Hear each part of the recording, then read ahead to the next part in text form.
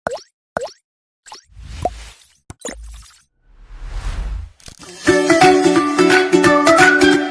halo Jengers, kembali lagi di podcast EOS Practice on Skype. Podcast kali ini akan dibawakan oleh aku, Yulia Rahma dari kelas 2 D3 Teknik Telekomunikasi B. Oh ya, di sini aku nggak sendirian nih, aku sama temanku. Hai Jongers, aku Ilyas Cahyani Fitrah dari kelas 2 D3 Teknik Telekomunikasi B. Sekelas banget nih sama Yulia. Halo Yani, gimana nih kabarnya? Halo Yul, Alhamdulillah kabar baik dari aku. Kalau Yulia gimana nih kabarnya? Baik juga kan? Kalau aku sama kayak kamu juga nih, baik juga. Alhamdulillah, semoga Jongers semua juga sehat dan selalu semangat ya kayak kita nih. Nah, pada kesempatan kali ini kami berdua akan menemani Jongers beberapa menit ke depan. Apa sih Yul yang bakalan kita bahas? Mungkin dari Yulia mau menebak-nebak dulu? Mungkin kita mau bahas kuliah online ke kuliah offline, bener gak nih? Wah, bener banget nih. Apalagi sekarang sudah memasuki bulan Februari. Yang mana artinya sebentar lagi perkuliahan semester genap udah mau dimulai nih. Dan tentunya yang tidak kalah penting, pada episode kali ini pasti gak akan kalah menarik untuk dibahas. Maka dari itu, stay tune dan jangan kemana-mana ya, Jongers. Oh ya, ngomong-ngomong soal perkuliahan semester genap, ada kabar gembira nih buat Jongers karena kampus kita telah mengeluarkan surat edaran terkait penyelenggaraan pembelajaran tatap muka terbatas. Artinya, kuliah offline bakal segera dilakukan khususnya oleh kampus-kampus dengan level PPKM 1-3 di seluruh Indonesia, termasuk kampus kita ya Jongers. Bener banget nih, yang dulunya mungkin hanya sekedar isu yang simpang siur adanya. Soalnya kenapa? Dari semester ganjil dulu aku sempat dengar isu bahwa kuliah udah mulai offline, tapi masih belum ada kepastian. Dan pada semester genap ini, perkuliahan benar-benar akan terrealisasikan secara tatap muka terbatas. Kalau dari kamu gimana nih Yul? Udah siap apa belum buat kuliah offline-nya? Kalau aku sih sebenarnya belum siap. Gimana ya, kayak belum siap aja gitu sama suasana offline. Tapi satu sisi juga ada keinginan buat kuliah offline. Jadi gimana pun siap nggak siap ya harus siap kan nih. Menurutku kuliah offline nantinya juga bisa ketemu sama teman-teman. Pastinya di situ ada kesenangan sendiri. Sama juga pengen tahu rasanya duduk di bangku perkuliahan itu gimana. Karena dari awal itu jadi mahasiswa baru belum pernah sama sekali ada kuliah offline, walaupun hanya sekali aja dulunya ya pernah masuk kampus walaupun cuma sebentar. Kalau kamu gimana nih, udah siap belum kuliah offline? Aku juga sama sih Yul, kayak kamu, siap gak siap ya harus dijalanin aja. Kalau aku di satu sisi juga ada rasa sedikit takut sih, kayak seperti ternyata kuliah offline itu gak sesuai sama ekspektasiku. Mungkin takut tugasnya lebih banyak, belum lagi kalau ada kegiatan di kampus. Dan tentunya belum tahu atau mungkin kaget ya gimana cara mengajar masing-masing dosen secara offline itu gimana. Ada rasa takut juga nanti waktu kuliah offline ditanyain sama dosen. Ya mungkin materi yang udah lalu sih, karena kalau dari aku sendiri ada aja materi yang selalu ketinggalan. Dan nanti waktu ditanyain sama dosen, aku gak bisa jawab, kan ya jadi grogi gitu. Nah benar, jadi bisa dianggap kita udah nyaman ya sama kuliah online. Oh iya, by the way, mengenai hal-hal yang berbau online, padahal dulu awalnya kita tuh merasa asing dengan hal di mana terjadi perubahan seperti segala aktivitas dan kegiatan dibatasi dan dialihkan dengan berbagai alternatif, salah satunya secara online. Bahkan bermunculan berbagai istilah dan kebijakan baru seperti lockdown, WFH, luring, daring, PPKM, dan masih banyak lagi kan nih. Memang sih Yul, hal tersebut cukup asing juga bagiku. Cukup sulit juga sih untuk beradaptasi dengan situasi baru yang belum pernah dialami sebelumnya. Hal-hal yang bisa kita dan Jongers lakuin secara langsung atau tatap muka berubah menjadi tatap maya. Yang biasanya suka berkumpul hanya untuk sekedar menghabiskan waktu luang bersama teman, hangout, liburan, dan lain sebagainya, terpaksa harus berdiam diri di rumah semenjak pandemi ini.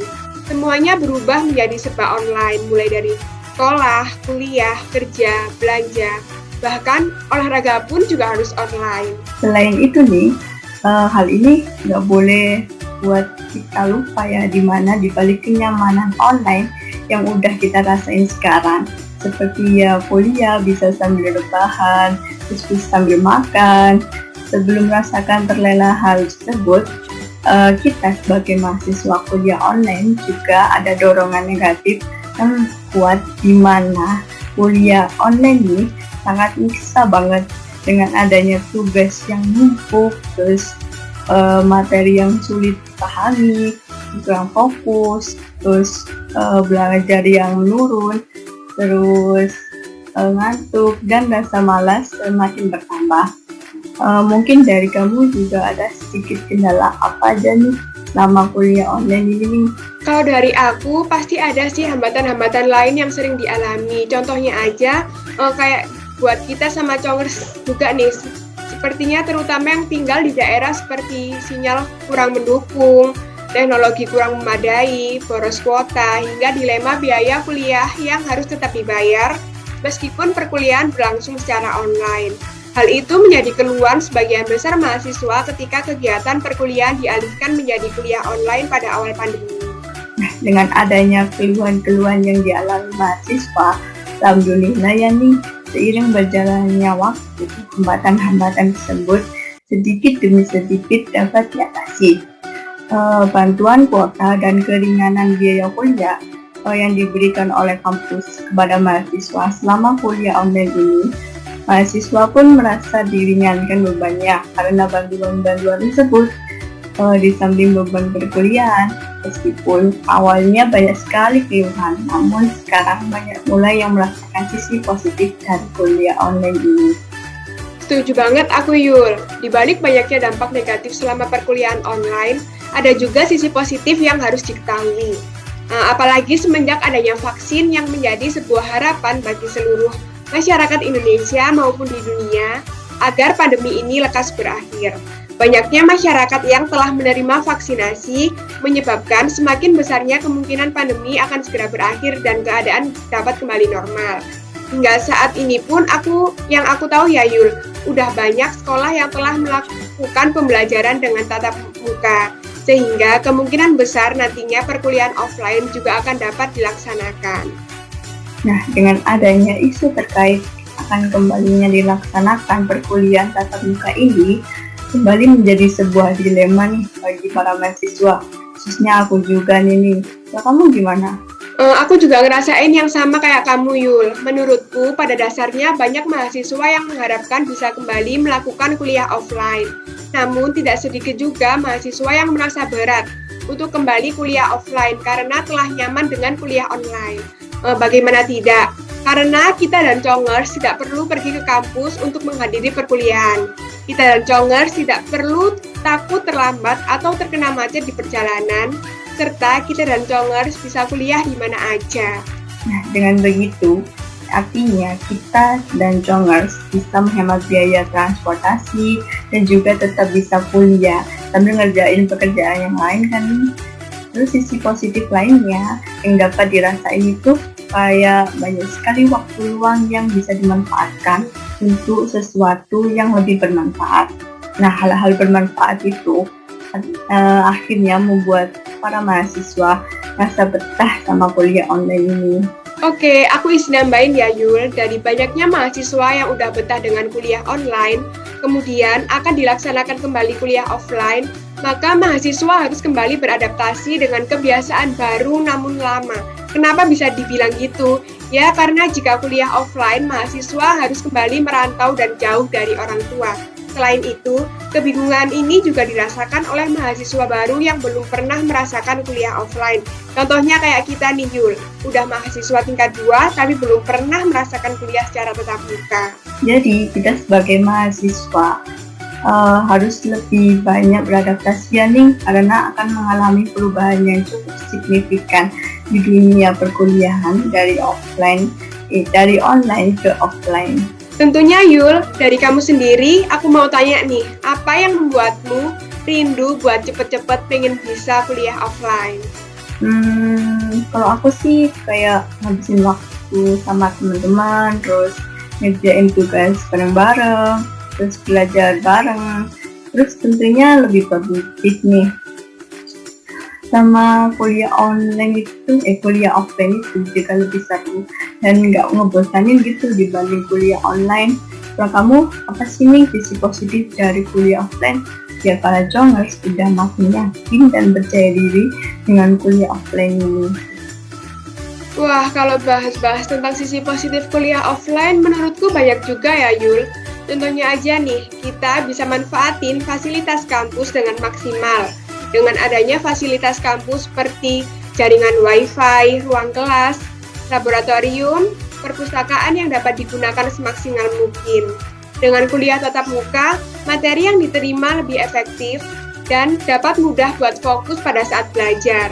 Dan tentunya buat kita dan Congers lebih disiplin. Wah, banyak juga ya sisi positif dari perkuliahan offline ini ternyata. Iya, betul Yul. Kalau kita cari informasi mengenai perkuliahan offline, banyak banget juga sih sisi positif yang dapat kita dan Congers dapetin. Nah, setuju tuh. Seperti katamu tadi ya nih, nantinya kita bisa lebih disiplin karena kelas offline menuntut kita untuk bangun pagi-pagi, terus siap-siap naikin kendaraan, terus akhirnya macet-macetan juga pergi ke kampusnya. Omong-omong tentang pergi ke kampus nih, kamu gimana Yul, berangkat dari rumah ke kampus atau ngekos nih deket kampus? Kalau aku sih berangkat dari rumah ke kampus nih, awalnya juga pengen banget buat ngekos, tapi masih belum dibolehin sama orang tua. Kalau kamu sendiri gimana nih? Aku juga berangkat dari rumah ke kampus kok Yul, sama kayak kamu. Kalau buat ngekos masih next time aja sih, soalnya masih mau nyoba dulu kalau pulang pergi dari rumah ke kampus itu gimana. Gitu. Oke nih, semangat terus ya buat kita dan Congers dengan kemudahan dalam berinteraksi dengan teman, dosen, orang lain, dan orang lain melalui adanya itu perkuliahan offline ini. mahasiswa mudah stres karena sebagai manusia yang merupakan berbagai manusia yang memerlukan interaksi satu sama lain, pasti memerlukan interaksi satu sama lain untuk sekedar melakukan interaksi. Semangat ya buat kita dan Congers. Mudah-mudahan bisa dipertemukan di kampus.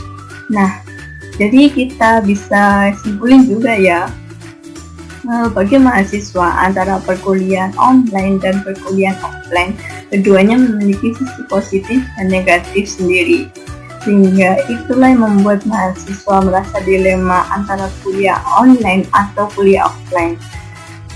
Namun bagaimanapun juga kita harus mengikuti peraturan dan mengikuti apa yang sudah diputuskan oleh pihak kampus. Nah, oke, sebelum podcast ini berakhir, aku akan menyampaikan nih sepatah dua patah kata. Tetap semangat dan jangan lupa juga buat jaga kesehatan di tengah keadaan yang masih seperti ini. Karena kita dan Congers dituntut juga untuk beraktivitas lebih ekstra, mulai dari perjalanan antara rumah ke kampus hingga dari kelas ke kelas lain, yang menuntut mahasiswa untuk mengeluarkan banyak energi yang tidak sebanyak aktivitas yang dilakukan saat kuliah online. Sekian dari aku. Oke, demikian podcast yang kita sampaikan. Terima kasih telah mendengarkan podcast EOS, Peace on Sky. Sampai jumpa, Congers. See you Congers, sampai jumpa lagi ya.